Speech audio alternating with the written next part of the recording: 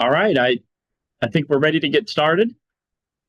Commissioner Lucas, how are you? Mayor Branch? Good afternoon. Doing well. How are you all? Yeah, I don't know why my camera is moving like that. That's new. I don't know. Yeah, that's movie. no. I mean, but it's never moved before. The camera I don't. wants Mr. Zimmerman to be the star of the show. Yeah. I'm perfectly fine with that, but this is, I don't know if it's a new Zoom setting or whatever, but I'm using the same camera. It's never done that before. I don't know. I'm sure Cody or Donald can hear and maybe they can figure it out. But anyway, though, well, welcome. We do have a couple of things again that we mentioned last week that the mayor and I we're gonna talk about parking a little bit. I know we kind of started dabbling in that at the town hall on Saturday morning, and then we're trying to find a time to do the housing work. See, I don't know why it's. I apologize. I don't know why it's moving. The housing workshop. I know we tentatively looked at November 10th. There was some conflict, not only with Commissioner Lucas, but some of the other staff for October 30th. One of the ideas that Ms. Waldron had was maybe instead of this virtual workshop on November 3rd, maybe we consider doing an in-person workshop on housing that date.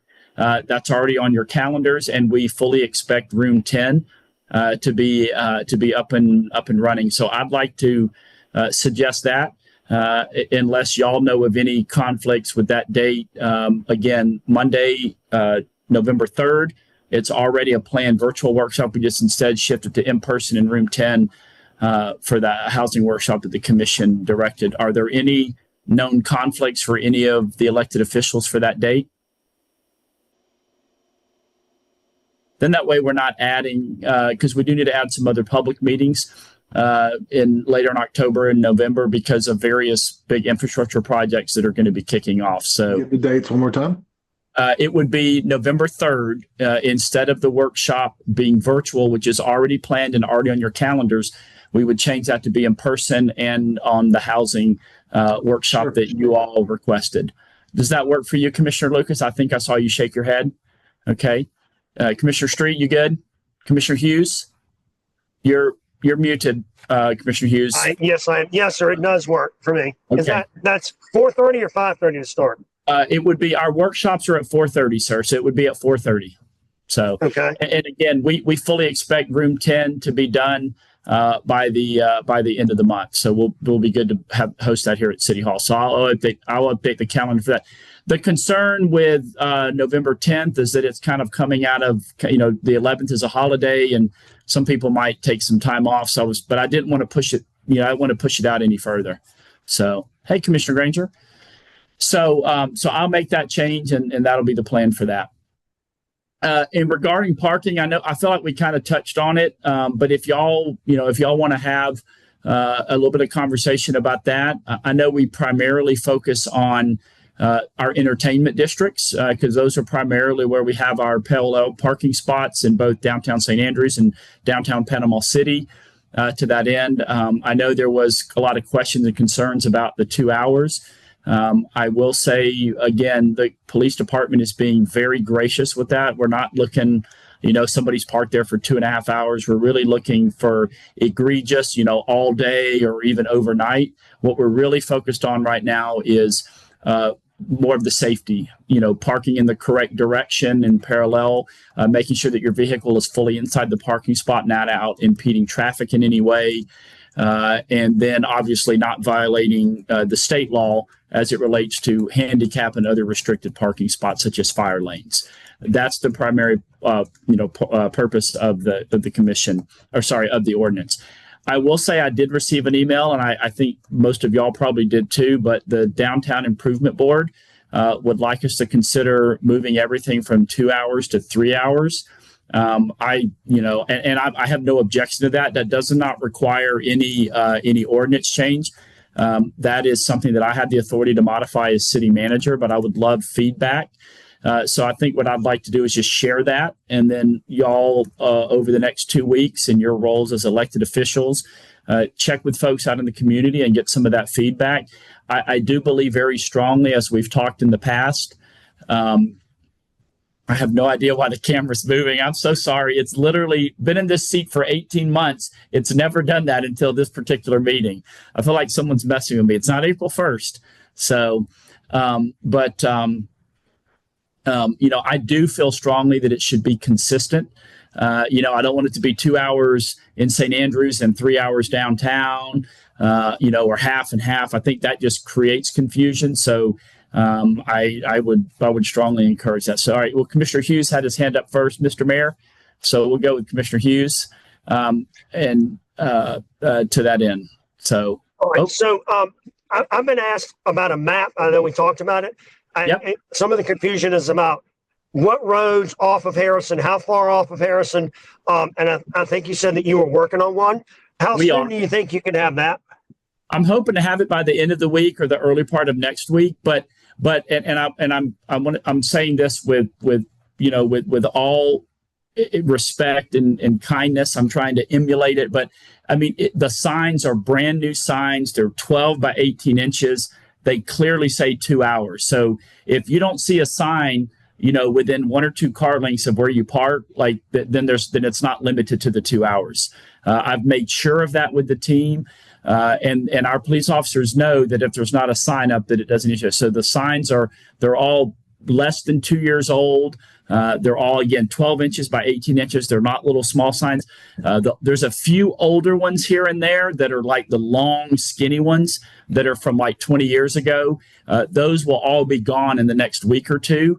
And those are in some weird places, more like around the Jinx Avenue post office. And again, those are from like a long time ago. And so, but again, the rule generally is it's Harrison Avenue and then 1 or 2 blocks to the side. And then also Government Street. And the purpose of Government Street is because of the St. Andrews Towers. You had folks parking there all day long, but a lot of folks at the St. Andrews Towers have visitors that come to see them, family members and friends, and was tough for them to have parking. And I can't in good conscience limit the east half of Government Street and not really limit the west half, because again, we try to be very consistent. So the signs are clearly there. And so if anybody's parking in a block without one of the white signs with green font that says 2 hours, then there is no restriction there. And but yes, okay. Well, I appreciate that. Even you said 1 to 2 blocks. Yeah, one to 2 blocks. There might be, again, Government Street we got 1 block each way off of Harrison. There also are a few parallel spots just crossing over to the marina. Again, we focus primarily on the parallel spots, but yes, we're working on a map that will show those areas. And additionally, it will highlight all of our parking lots and the Downtown Improvement Board's parking lots. So we can share that. We can have it as a regular feature on our city website.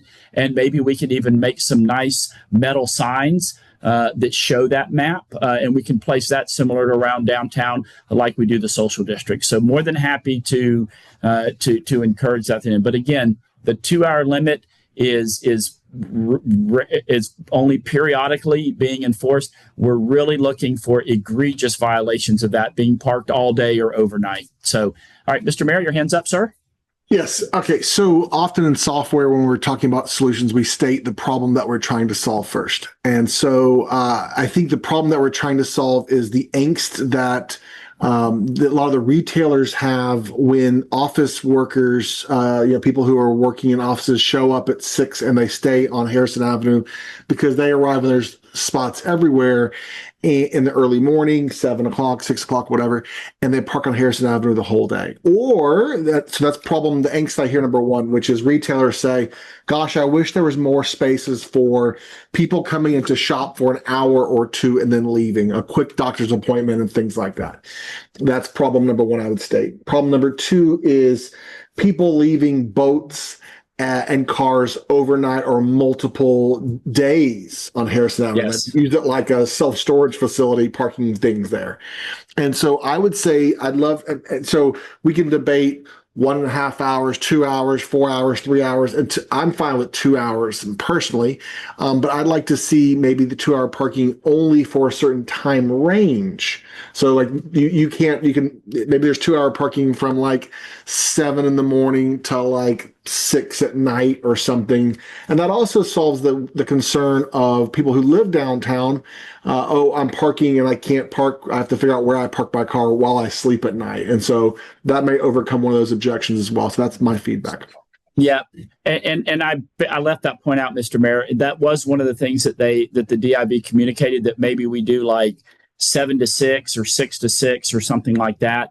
And I will state, when we first picked the areas, again, primarily Harrison and the 1 or 2 blocks off, we did work very closely with the DIB at the time, a couple of years ago, when we put those in kind of as Streetscapes Phase 1 came to a close. And they knew where the residential areas were. And so we made sure, for example, none of the angled parking around McKenzie Park has any limit on it, because we knew that there were some residences in that area, I think along Park or maybe a little bit further south, where they might need to use that. So we were very mindful of that, working with the DIB on kind of identifying, so that no one has to walk half a mile if they are the residential. So we did that with a very great level of intentionality. But I do like that idea too about limiting it to time. So I think that might be the compromise. But again, I would appreciate y'all over the next 2 or 3 weeks getting some feedback from the folks that y'all represent, and then share that with me. Again, it's not something that has to come back to the commission formally, but I'd love to execute it in my role as city manager with as much feedback from the community as we got. So, all right, Commissioner Street, your hand's up, sir. Oh, you're still muted, sir. All right. So just to give some feedback from St. Andrews, overwhelmingly positive. 2 hours doesn't seem to be an issue. If anything, it's actually kind of pushing people to the lots if you're going to be there for a long stay. So we've got a little bit of different maybe activities than downtown does. We have charter fishing. They can stay for sometimes 11 hours sitting in the same spot. So getting them to long-term lots helps, as well as getting the employees from right in front of a business to over to one of the lots has actually reduced the amount of enforcement that the business owners have to do. So I think Alan's points are really valid. I think Robbie's points are valid too. We need to kind of see where those lots are that are not enforced, so that that's really clear on where people can park long term. And then, I don't know if there's a way to just like not enforce for 3 hours, but the signage still says 2 hours. I mean, it was up there for decades at 2 hour parking, and there was never any issue or complaint about 2 hour parking signage. So maybe there's a way of just being extra graceful through the period of everybody adapting. But I think downtown's experiencing what St. Andrews had for a long time. It's a parking issue, and this is part of it. People have to learn the new places to park and kind of get adjusted to the routine. But once it happens, you'll see more businesses pushing to have turn on those main spaces versus somebody just worried about, can they walk to their office that may be 20 feet away. Yeah, that's just my feedback. So got it. So I will just add 2 quick things. First off, I hopefully there is, and again, nothing that really needs to be voted on, but I think y'all would agree we need to try to be consistent, even though there are different communities. I want to be careful that, we're not treating downtown and St. Andrews, overly different. What I would say though is, and I did misspeak last week, but with the exception of the parking lot beside C&G Sporting Good, which is a city parking lot, an actual parking lot. You're not parking on the road. That is the only parking lot where we have limitations. There are no limitations, 2 hours or anything like that at the other lots. Now, I can't speak for the DIB lots, but I don't believe there's any signage that limits than that. I have to go and look at it. But in fact, we open up all of the City Hall parking lot outside of business hours, and the signs say that for the visiting and even for some of the staff spots. And so I think we can definitely do that, Commissioner Street. And again, we're kind of already doing that. But and I know I referenced this, but I did host 30 to 40 downtown business owners last week, September 30th on Tuesday. And I did hear a pretty consistent that, you know, of course, maybe a few people don't agree, but the overwhelming majority wanted to move towards not having people sitting in front of their sitting in front of their store all day long in downtown Panama City. And I feel like the same thing would apply in St. Andrews, along Beck and along Bayview to that end. Commissioner Hughes, you have your hand back up, sir. Go ahead. Hey, Alan, the lot behind your house, is that public? The parking lot. Yes, the one that's next to the McKenzie House. Uh-huh. Correct. That's public. Okay. And that is that in the you got to follow those guidelines, or is that exempt? Yeah, and I think so. The point that Robbie's making is there's with these changes and the road closure, there's a lot of angst, and people are like, well, they don't want to get in trouble, they don't want to get towed, they don't want to look foolish, and that's why they're asking for a map. And I think that you know, that's what Robbie's really pointing out is what exactly is changing, because everyone kind of feels like, well, I didn't know about that road changing, and they're worried about, you know, something getting rolled out and then us not being receptive to like comments and things like that and concerns. But I agree, Robbie. I don't even know if that's a part of the 2-hour parking. Yeah, it's Okay. there's no signage there. If you go in that parking lot, there's no signage whatsoever. We've actually talked about once the area, myself and Mr. Murphy and Mr. Jones, when the that is surrounded by O12, Project Area O12. Our desire is to come in there and look at kind of fixing that parking lot to some degree.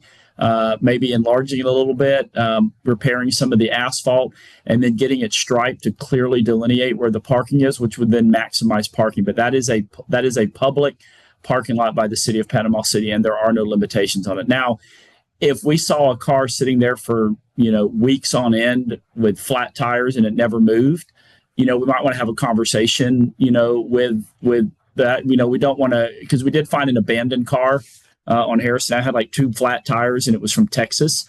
You know, and that's the kind of thing we're really trying to look at in regards to time limits only. So, Commissioner Hughes, did you have another question? Your hand is up again.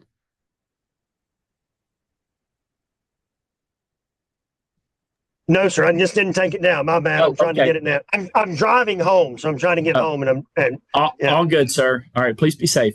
All right. I mean, that's really all I had. Again, I appreciate, you know, feedback. I mean, we started October 1st. It's only been 5 days, you know, so, and again, if anybody didn't hear some of these numbers on Saturday, you know, for almost 2 months, our police department gave out nothing but warnings. It was well over 300 warnings.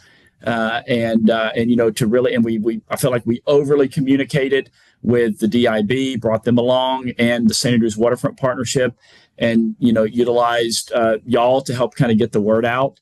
And so, you know, again, we want to hear that feedback in you know, with maybe a few weeks worth of data and stuff. Mayor, your hand's back up, sir. Yeah, there was some concerns voiced on Facebook on Oak Avenue, kind of behind the post office. So think post office, think Chamber of Commerce about the parallel spots being potentially too narrow for a car. And I'd like to just ensure that we're double checking that most. We are. Yeah.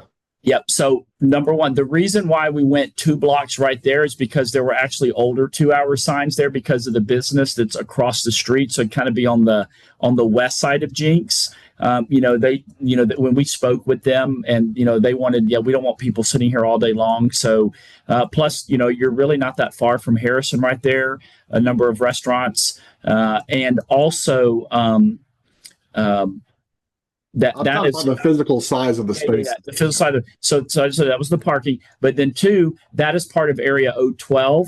And so we are going to, it is with the parallel spots on both sides, it is a little too narrow.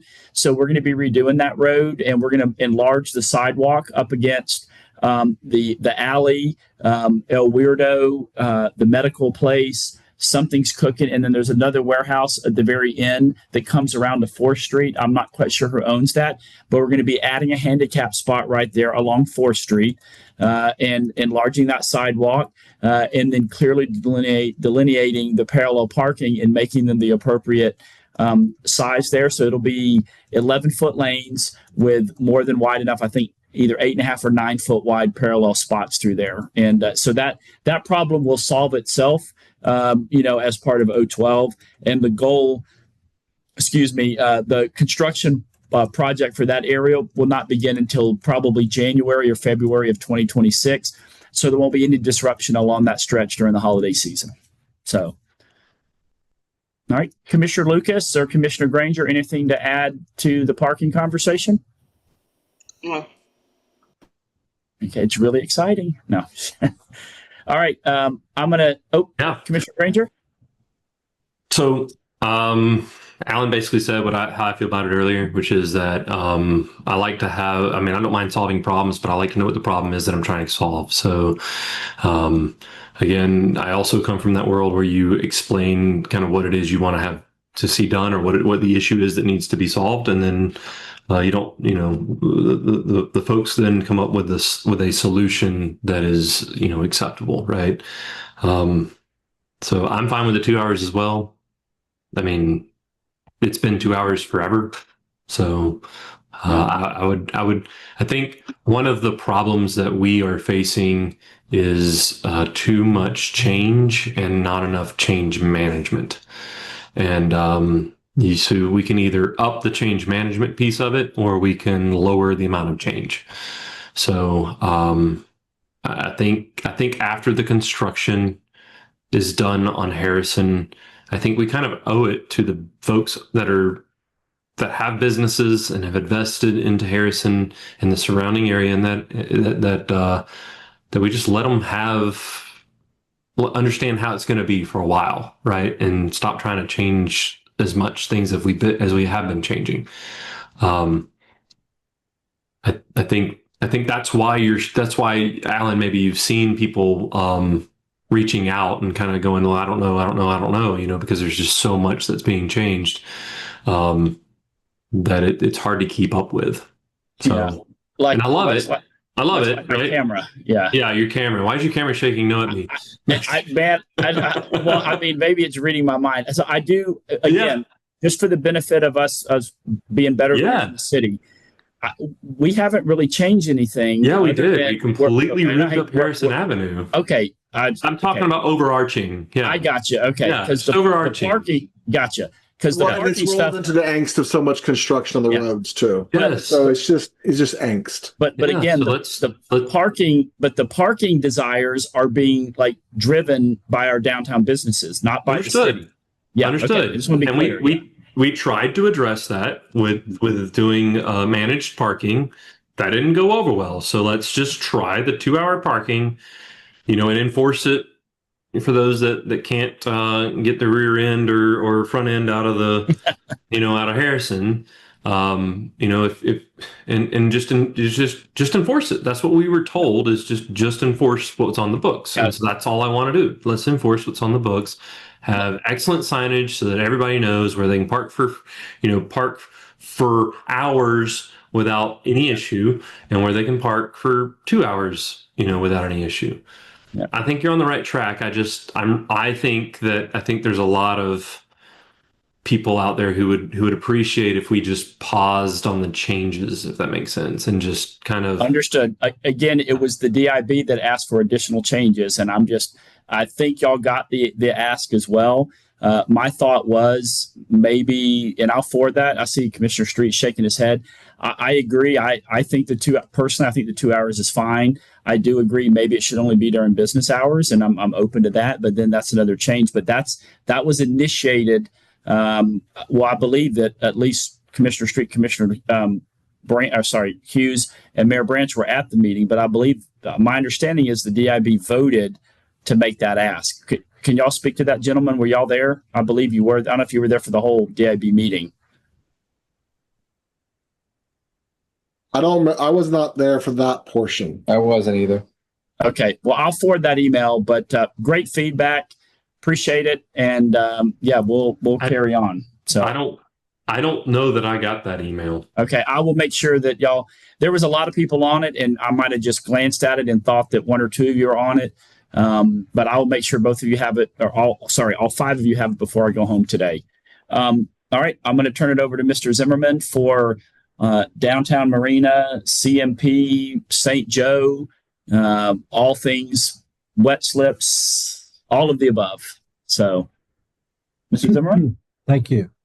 Since the last meeting, there was a request to get a proposal from PFM to assist in doing a financial review of whatever might be proposed on the uplands. And that came in this morning. They had sent it end of last week, had a couple of notes on it. It will be attached to your agenda. It has a Exhibit A scope of services, but generally it recognizes that it will be it'll be interviewing all parties, CMP, city staff, and others concerning what infrastructure is available, what infrastructure may need to be added to the site. And then also it will look at the development plan review. It'll analyze the assumptions of the overall market, the proposed any residential price points or apartment lease rates or commercial lease rates or other revenues that would be associated with the proposed uses. And it would also be involved there as a participant as needed in the 3 public charrettes. Now, PFM is not a planner, and PFM is one that would take the proposed uses and determine what is reasonable revenues that might come off of this project. And it also will look at increased revenues to the DIB, the community redevelopment area, state of Florida, things like that. And then also it's going to look at other marina public-private projects, primarily in the state of Florida, but others that it has experience with. And it will look at upland development and public sector financial participation to look at that, as well as projections of merchant fee revenues, increased revenues. So that's what PFM will be able to do. It will apply that to they've already done an analysis of the wet slips. This would be expanding it to give us information as far as how others in the state of Florida that have a public marina, how revenues are shared with the upland uses, and they will be a partner in looking at the different options that may be presented. Also, Mr. Hayes contacted Dover Coal, and Dover Coal is the planning group that assisted the city after the hurricane. There were numerous charrettes that were held concerning the redevelopment of the city, and some of the charrettes dealt with the downtown marina. And I believe that you were forwarded a drawing that was produced by Dover Coal in that, 3-4 years ago, that was a result of some of the charrettes. But the drawing had to do with upland, some ideas for upland uses at the marina. We anticipate receiving a proposed task order from Dover Coal, and hopefully that will be on the agenda also.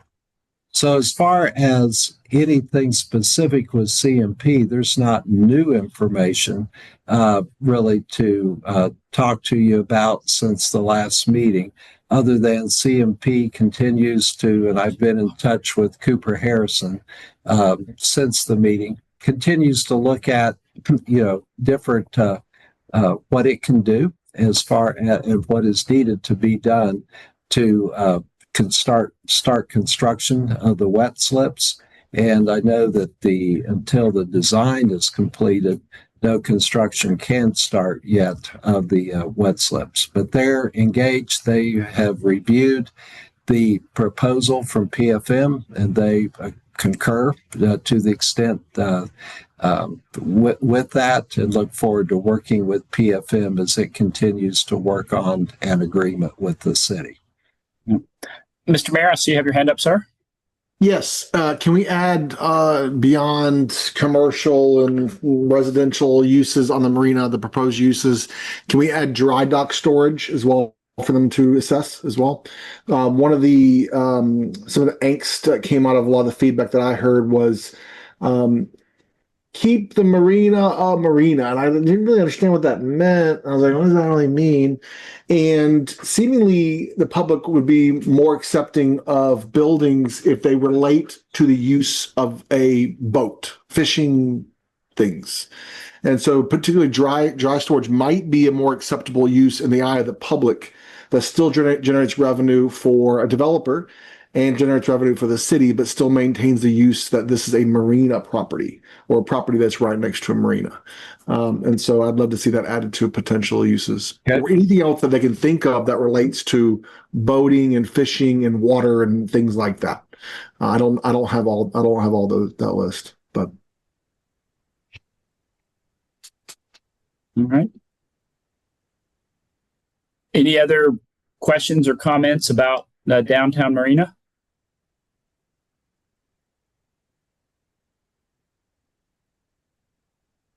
I did, and I mentioned this in my Monday morning with the manager. I know that we ended up getting 75 applications for the director of Parks, Culture, and Recreation.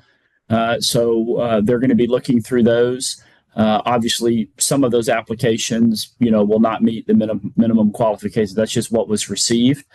And so Mr. Jones, Ms. Waldron, Ms. Lewis, and Ms. Smith will be that panel. And I've asked them to narrow it down to either 4 or 5 finalists to bring to me to look at and consider. So really excited about the great response to that. And so we'll keep y'all apprised of that as it moves forward. But I did want to provide clarity as to the ongoing important projects that we have that are kind of PCR projects. And so a couple of you asked me about that over the weekend, and so I just wanted to send out that memo to provide that clarity.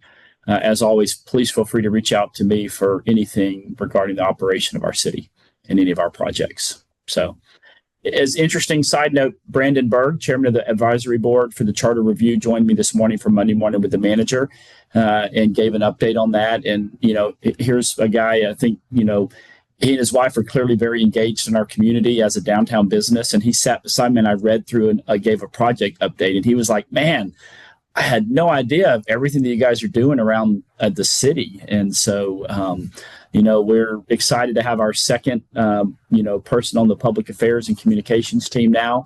And so she's kind of wrapping up her first week. And, we had a great kind of planning meeting today. And they, we recognize the need to continue to push and communicate and let people know what we're doing. So we'll continue to work to that end.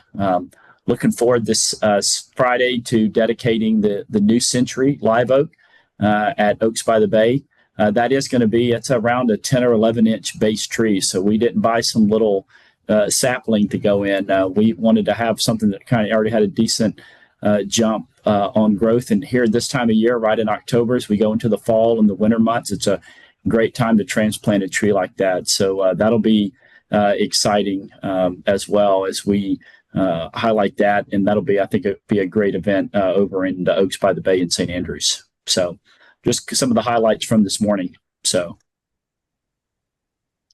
I don't know if there's anything. I mean, those are kind of some of the big ones that we talked about.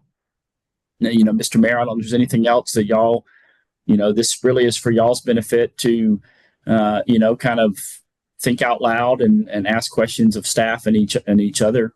So I'll defer to you and your colleagues, sir. Well, I'm happy to tell you what I'm working on. I'm working on pattern book research. Reached out to the city of Gainesville. City of Gainesville has pre-permitted plans for ADUs, accessory dwelling units, that you can choose from. I had a conversation with Eric Cromwell, who's an architect out of Atlanta, who does work all over the country making pattern books. And the goal of the pattern book is to reduce, the old saying, time is money, even more so when you're a developer and having, Janice has worked on her home and she knows how hard it is to go from land to plans to funding to construction to get it. It's a lot. And so a pattern book is sort of a catalog of pre-approved plans for different areas of town that meet land development code. So you can quickly go from land and idea to construction a little more quickly. And so I'll be bringing some research on that. One of the best success stories is out of South Bend, Indiana. And there was another town, not Micanopy, it was another town in Michigan that had 33, very small town, but they had 33 infill houses built in 1 year from their pattern book that they have. And there's a number of ways to do a pattern book. Some cities will create their own. Some cities will borrow from other cities to sort of open source it. Sometimes pattern books are free for people to use. Sometimes there's a cost. And so it's all in how you want to implement it. But the goal is to reduce the burden of figuring out all the different steps. And it helps create people building things more quickly. So that's one of the research things I'm doing. Awesome. Yes, Sir. Commissioner Street, you got your hand up, sir? Yeah, I think it's great to kind of use this time to talk about what we're working on. You guys will see coming up, we'll be discussing right-of-way maintenance along the railroad tracks. So this kind of goes patterned into what you guys are kind of seeing, tackling probably the most egregious disparities in our code enforcement process. So the question is, like, why does one landowner get treated one way, another landowner get treated another way? A preliminary conversation with FPL is they've already agreed that, hey, we'd like to keep our right-of-way lines where we got the main trunks going through the city at a higher standard, and to meet what the city has set as a standard code of 12 inches, no more than that. But the rail line has kind of been in this spot where we've been maintaining it, and for a couple of years it was fine because we were using prison labor to do it. But the last few years, we've been doing it at our expense, and so this is the only piece of private land that we're paying to maintain. And so so this is kind of another one of those things where it's like, hey, where are we not seeing consistency? And this is one of those areas. So you guys can expect to see something in regards to that coming up soon.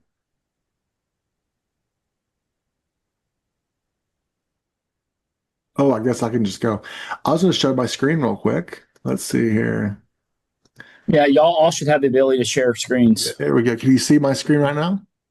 Yes, sir. I have an email. Streetscapes. Yeah, well, this is not necessarily. This is a thing called a tree pit, and I'm talking to. I have an email with Stacy right now, back and forth a little bit, and I'd love to see. I'm doing some research. I'd love to see engineering way on this at some point, but this is a little different than streetscapes. But this is a way to lower tree pits. Is one way to lower the burden of stormwater, even on the city. And so just to kind of show you real quickly, it's basically water flows down, it goes in this little lowered area before, and it just continues to pass through it. And there's 100 different little versions of that. Some of them are fancier than others, but most of them are not underground storage facilities, but they're really just little overflow pits that water gets in, and the water doesn't continue to travel until it fills up that little pit where there's some vegetation. And so I'd love to work with city engineering. If they're excited about the idea, there's one without even a tree in it. It's just vegetation. But a way to lower just the stormwater, especially for the areas closest to the water. You know, we have these historic districts that have a lot of impermeable surfaces, and the rain hits the ground, takes the oil, and goes right into the bay. And this is a way to treat as much water as we can before it hits the bay. Yeah, I think that's this concept, and I'd ask Stacy obviously, but I think that's the concept of a soil cell. I mean, at least similar. Similar. Okay, yeah. Yeah, this is just a lot lower cost. This is literally just a curb and dirt. Got it. Mm-hmm. Commissioner Street, I see your hands up, sir. Yeah, to piggyback on that, we've talked about this a couple times over the years, but alternative stormwater mechanisms. And so this is one of those creative things that could be done to lower the cost of stormwater on a private owner or developer. Other alternatives would be the Barracuda systems that we've talked about with Beach Drive. We're Yep. also adding bay savers across the thing. I would love to see a standardized mechanism that allows people to either pay into a fund, do alternate improvements, rather than having to build a stormwater pond on every single project of development. We can all see, drive down 23rd Street, you'll see about half of the stormwater ponds that exist on 23rd Street are at a point of they're either no longer functioning or they're at a degraded functioning capacity. And the reason why is we have a mechanism to make you create a stormwater pond, but we don't have a mechanism to say, hey, you've got to maintain it. And so over time, stormwater ponds become less effective in a community. And so I'd much rather see us investing in elements that are of public benefit, similar to what Alan just proposed, and having people be able to offset their projects with those rather than going through the expense of on-site stormwater, which oftentimes is only effective for a very short period of time and not over the lifespan of a building. Yeah. So it might not be a bad idea to, I know the October 23rd virtual workshop, I think it's the 23rd, 2 weeks from today. Would that be right? Yes, sir. I think that sounds right. But whatever the one 2 weeks from today is, the 20th, actually, we are looking at doing the, talking about the special events ordinance, just kind of updating where we ended with that. And Ms. Waldron will be leading that conversation. That was one of her priority projects for this year to get wrapped up by the holidays.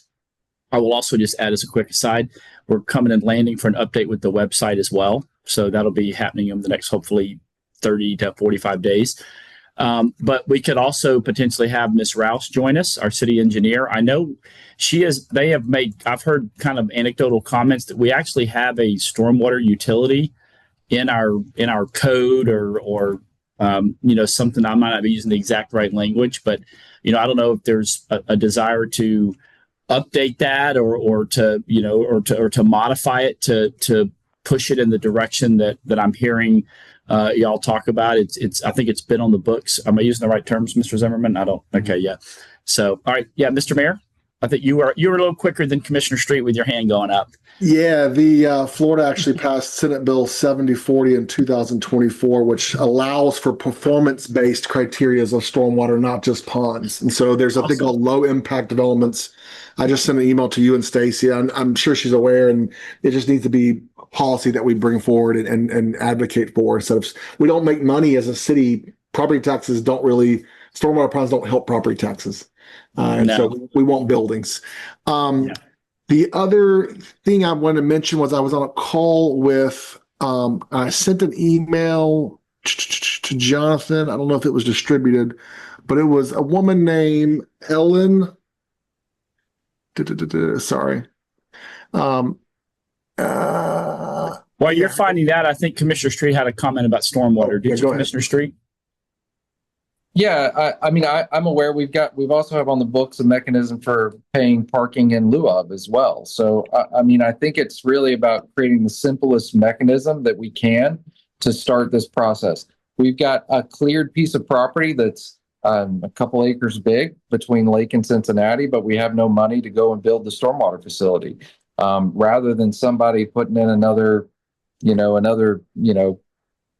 quarter acre stormwater pond, if that, on a piece of property, in one of our historic districts or some other place, it'd be great to just start investing in the infrastructure that we already know and the simple improvements that we can make. Just like whether it be bay savers, whether it be master stormwater pond facilities, adding stormwater ponds to parks. These are all capacity projects that we're adding to our stormwater basin, which are way more effective than somebody's little, pre-engineered, stormwater pond. And so I just love to see us actually take some act, and we've done it before. I think the yacht club was able to add a bay saver in lieu of some stormwater pond at some point in time. So, I know it can be done. It's been done. Not sure why sometimes it happens and sometimes it's just like kind of the standard thing. Which is go get your engineering, come back, give us your calculations, and we go through that aspect. But I think there's probably a better way we can do it long term for the city. So, yeah. All right, Mayor Branch and then Commissioner Hughes. Yeah. So I sent an email to Jonathan about a woman named Ellen Dunham Jones, and she's an architect and professor at Georgia Tech. I actually met her at the Seaside Institute Prize Weekend last year, and I was recommended like when I made a post about the mall, three other people introduced me to her again via email. And she studies adaptive reuse projects, specifically like old airports and old malls. And so I got on the phone with her. I would love to invite her to do a presentation for us via Zoom. And she's not trying to make money, but she's tracked 4,600 of these projects in her career. Oh, wow. And so she was giving me examples of other cities, how they handle it. She even went and she said, watch out for troll developers who buy malls, who just continue to let it run to the ground and want a bunch of tax incentives. And she actually went through who these were for us to watch out for. And so, yeah. And so, really fascinating call. Own it, or do you don't want to say? I don't want to say, but I have a Google document I've been working on based on her research. She's done a TED Talk. She's got one of her books is called Retrofitting Suburbia. But she's super fascinating and very sweet, and was very giving in her research and just advocating, hey, this is how this city did it, and here's how this city did it, and just fascinating. So she might be someone we could bring into a call or something like that. Sounds good. Commissioner Hughes? You're muted, sir. All right. So, what? Oh, is there any incentive for like where Chick-fil-A did on-site underneath stormwater and collected it all? Do we give any incentive for that? And Josh, does that go? You were talking about the pond gets useful life sooner than the building. Would that not qualify? Would that do better underneath on-site? It's like an extra $1 million it cost Chick-fil-A to do that, but it's all right there and gave them more usable space. Yeah, quick aside, that's actually what we did over in St. Andrews with the parking lot kind of behind Alice's. The city, we did that, and it's big pipe things that are. I'm not an engineer, obviously, y'all know that, but underneath the parking lot, same thing at Oaks by the Bay, because there weren't a lot of parking there anyway, so we really didn't want to eat it up with a parking lot. So I don't know of any incentives to do it. That it's really. What it allowed you to do was on the same footprint, have more parking. So that's not necessarily an incentive, but that's the benefit to the business versus having a big retention pond on it. But Right. That's something I can talk with Mr. Fuller and Mr. Zimmerman on some way to maybe effectuate that into our ULDC or something. So, but that's. And I don't know if it's a good idea or bad idea, guys. I just know that that's been done over there, and is that something that we can use to incentivize people to build? Because Alan's right, ponds don't generate much, and of zero actually. So okay, and then you don't have to worry about mosquitoes and ponds and stuff either when you have stagnant water sitting there. So, Commissioner Street, your hands back up. Yeah, I think that example is a really good one. So you've got an investor that put in an additional $1 million just to get a few extra parking spaces. Right next door, you've got an FPL power easement where they do deals for stormwater facilities underneath power lines all the time. And it's one of the few uses that they actually allow, and are pretty good partners on trying to work things out in that, because it's really just less land for them to maintain. There's a few other places in the city that stormwater ponds have been put underneath those high voltage power lines. But that's the kind of creative problem solving that I would like to encourage is, oftentimes the book pushes the most expensive solution rather than maybe the most common sense solution. And even with the parking lots that we did, it's a great endeavor, but would the impact to the environment been better by doing a bunch of bay savers all along Bayview and catching all the final outfalls with bay savers rather than the underground water storage in each one of the parking lots? I don't know the answer to that because I'm not an engineer, but I think those are the questions that I'd really like a process for us to vet so that we can kind of get to the best solution rather than just the, programmatic by the book solution that's typically driven by, an engineer and regulation.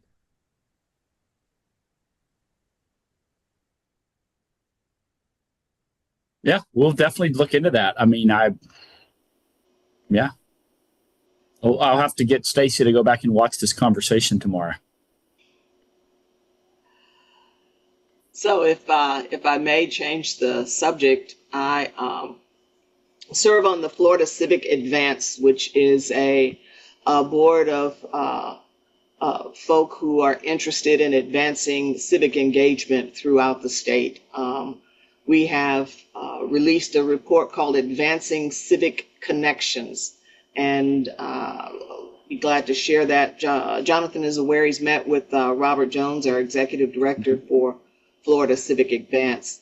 And this is an effort to engage citizens and better understand how they want to be more engaged and so forth. So that's one thing I'm working on, civic engagement through the Florida Civic Advance.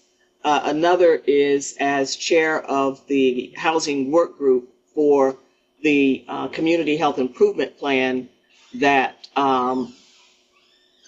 the Bay County Health Department has done. We're convening in October toward the end of, well, it's October now, toward the end of the month, inviting more people to talk about solutions to workforce housing. We explored that last month. I had Jennifer Vigil at the table, as well as his name escapes me now, but he's with one of the resorts and what they've been doing with workforce housing. Doug Moore was unavailable that time, but perhaps this next meeting he will be able to be there.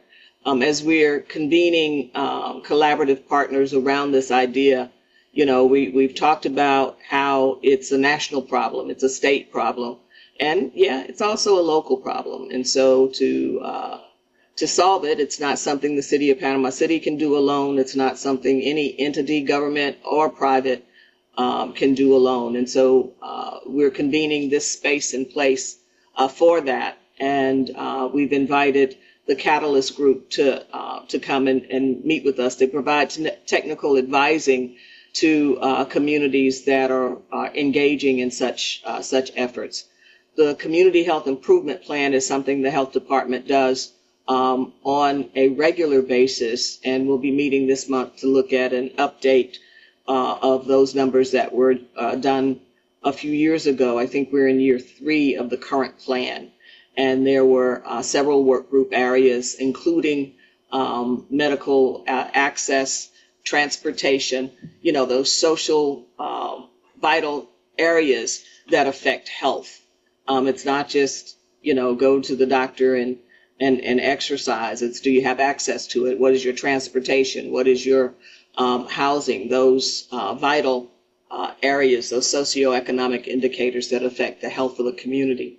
And so just to be aware that those are 2 areas, civic engagement and housing, that I'm involved with others, not only through our local community, but statewide, to see what others are doing and to bring those ideas here to what we're doing.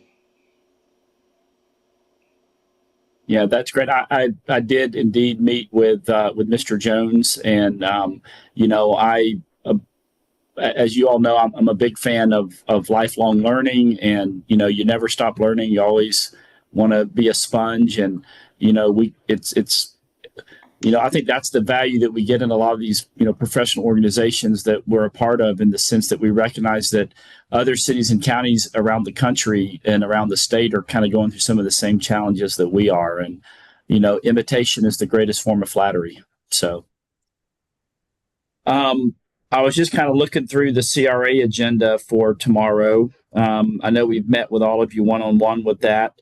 Got quite a big agenda. You know, we've got Chuck Purdue coming, the Bay County tax collector. We'll be talking about, you know, some of the project funds and some of the efforts and focuses, and then giving the formal reports. But that'll be at 4:30 tomorrow at the county government building, and will also be streamed live online. So anything else on y'all's minds?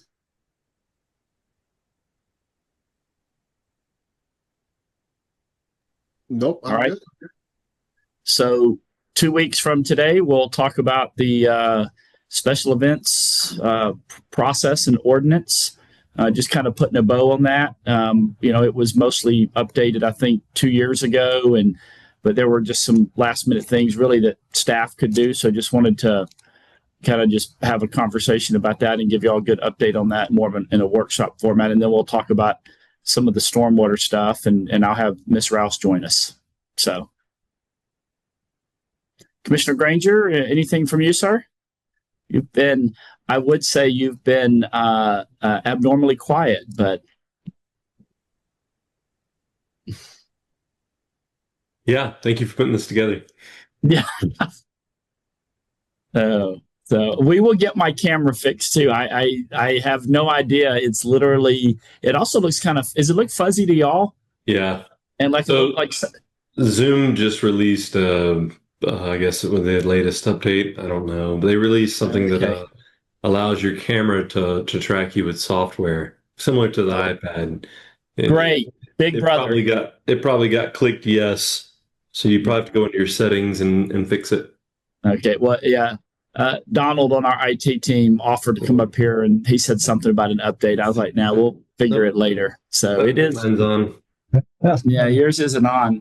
Well, there it is. Yes, there it is. It is. So that's probably it. So, all right. Well, I don't know that. Do you have anything else, Mr. Zimmerman? Done. So, all right, we're good. Thank y'all so much, and we will see y'all at 4:30 tomorrow at the county government building. Have a good evening.